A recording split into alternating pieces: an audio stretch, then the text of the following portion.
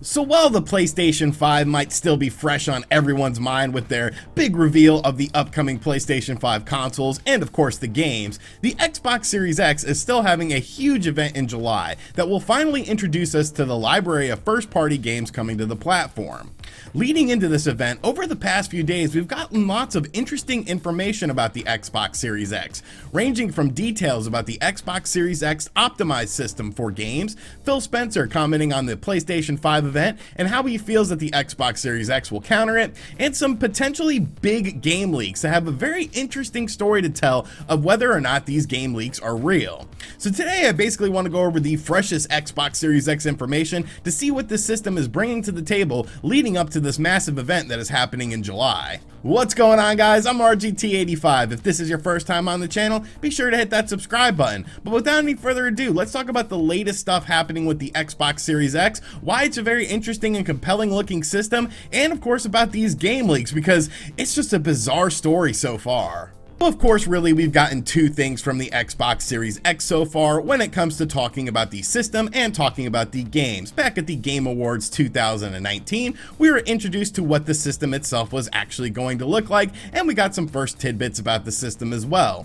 Then a few months ago, Microsoft, of course, held a third-party event where they basically showed off different games coming to the Xbox Series X and what you should sort of expect in terms of graphical fidelity, as all of these games were Xbox Series X enhanced or Xbox Series X optimized. Now, a lot of people have been wondering, well, what does that Xbox Series X optimized thing really mean? Obviously, Microsoft is heavily touting this going into the next console generation, that this is going to be potentially the best way to play these games, whether they are third-party games that are multi-platform or their first-party games coming to their plethora of Xbox systems. Well, we've gotten some interesting information as to what the Xbox Series X optimized thing actually means. We've gotten a list of games that are coming that are going to be Xbox Series X optimized, and it honestly sounds like some interesting stuff. So Microsoft basically put out a little YouTube video and then said the following about the Xbox Series X optimized stuff.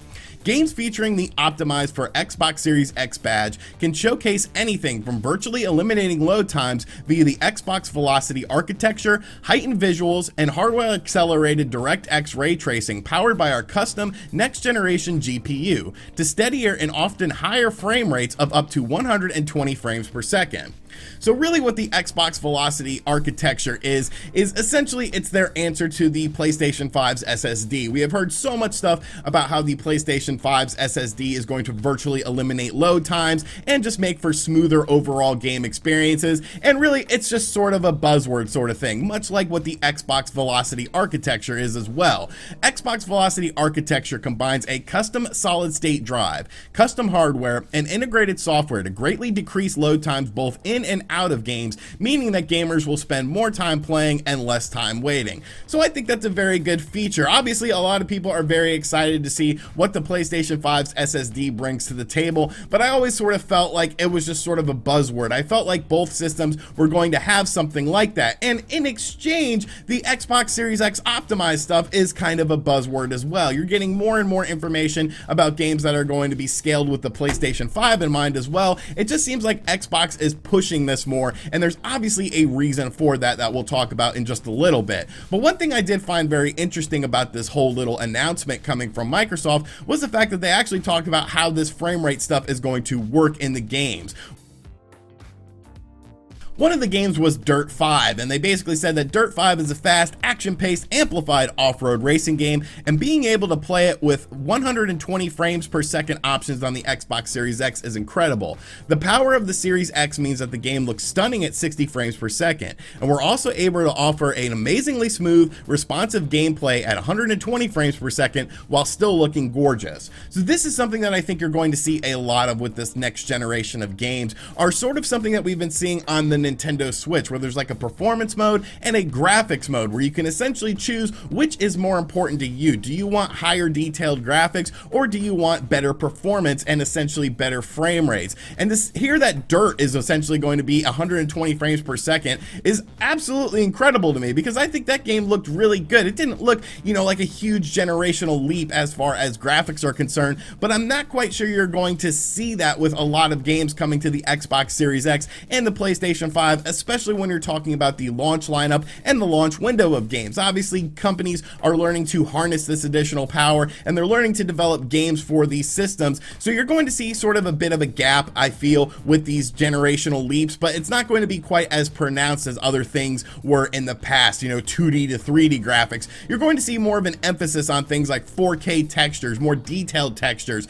and things like better frame rates. So I think the Xbox Series X optimized stuff sounds very, very interesting. Essentially, it's going to be the best way to play some of these third-party games, but of course you have to talk about first-party games, because that was one of the weakest areas of what Microsoft did with the Xbox One. It didn't have many first-party games. It didn't have many first-party games that you wanted to run out there and buy and essentially purchase for your Xbox One. Now, you do have to keep in mind one thing, that Microsoft themselves have said that every game that comes to the Xbox Series X as far as a first-party title, at least within the first year or two, is going to also run on the Xbox One family of systems. So some people, myself included, do think that these games could potentially be throttled a bit, but I guess you sort of have to look at it like a computer or PC gaming, which is something that admittedly I really know nothing about, but I do know the basics of it, that there is like a baseline of what you have to do in order to run the game, and then of course the game can be heavily optimized by the power of your PC, that it runs better on this system. So I feel like scalability is going to be a big thing with the Xbox Series X when it comes to the first party games. Like, yes, these games will run on your Xbox One VCR, but they're going to be heavily optimized and look a hell of a lot better and play a hell of a lot better on your Xbox Series X. Now, Phil Spencer also talked about some things when it comes to the July event for the Xbox Series X, basically saying that they feel that the hardware advantages that they have built up for the Xbox Series X will show up at this event. He feels good about our games lineup and our first party content show in July. We've taken user feedback from the last event, and I think people will be pleased about what will be showcased. We are set up to be the player-led in designing the Xbox Series X. We want the power inside of the console to be predictable and easy to develop for. Now, obviously, Phil Spencer is going to be very confident about the Xbox Series X because, well, that's sort of his job. He was very confident about the Xbox One as well, and some of those promises never really came to fruition. So when it comes to Phil Spencer, I do sort of take a wait-and-see approach with it because I just want him to actually deliver on things. He obviously inherited a bit of a mess with the Xbox One, and I feel like he did a decent job of trying to right that ship, but still, I feel like you could sit there and promise all the things in the world, but you really need to deliver on the games aspect when it comes to the first party games. Of course, Halo Infinite seems like it is going to be a 2020 game. Many people are expecting this to be a game that is heavily showcased during the Xbox Series X event, and I think that makes a lot of sense. I think Halo would be a very solid title to combat things like Spider-Man Miles Morales on the PlayStation 5, and to see the advantage of the game running on the Xbox Series X versus running on the Xbox One can be something that will help consumers want to upgrade to the Xbox Series X. If you want the best Halo experience, you're going to have to get it on the Xbox Series X if it doesn't come out on the PC on the same day.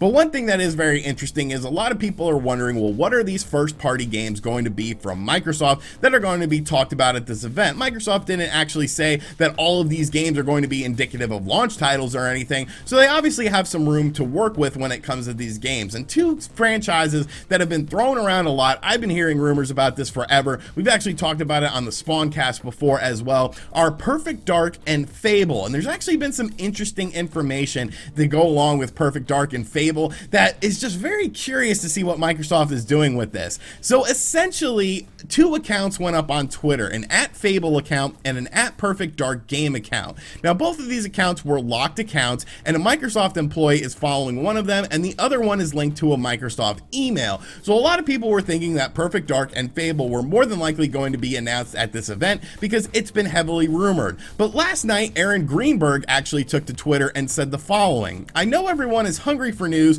but sorry to get your hopes up. These accounts have been inactive for years. It is standard practice to secure our social handles for our IP.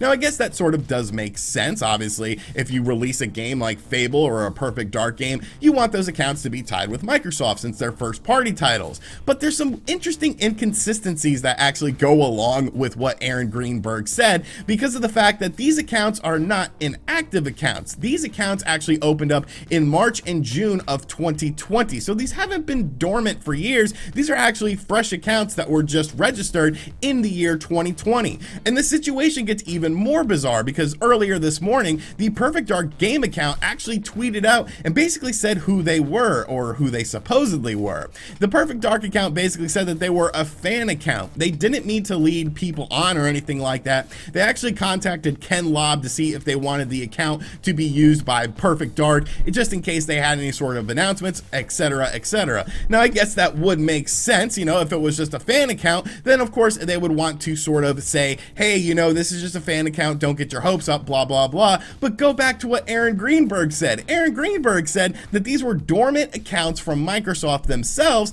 and that these accounts have been dormant for years. So which is it? Is it a fan account, or is it a dormant account from Microsoft that just hasn't been used? Or is it the fact that obviously Microsoft will be talking about Perfect Dark and Fable at the Xbox Series X event, and they don't want to sort of get the leaks out there about it? I think this is a very sloppy leak.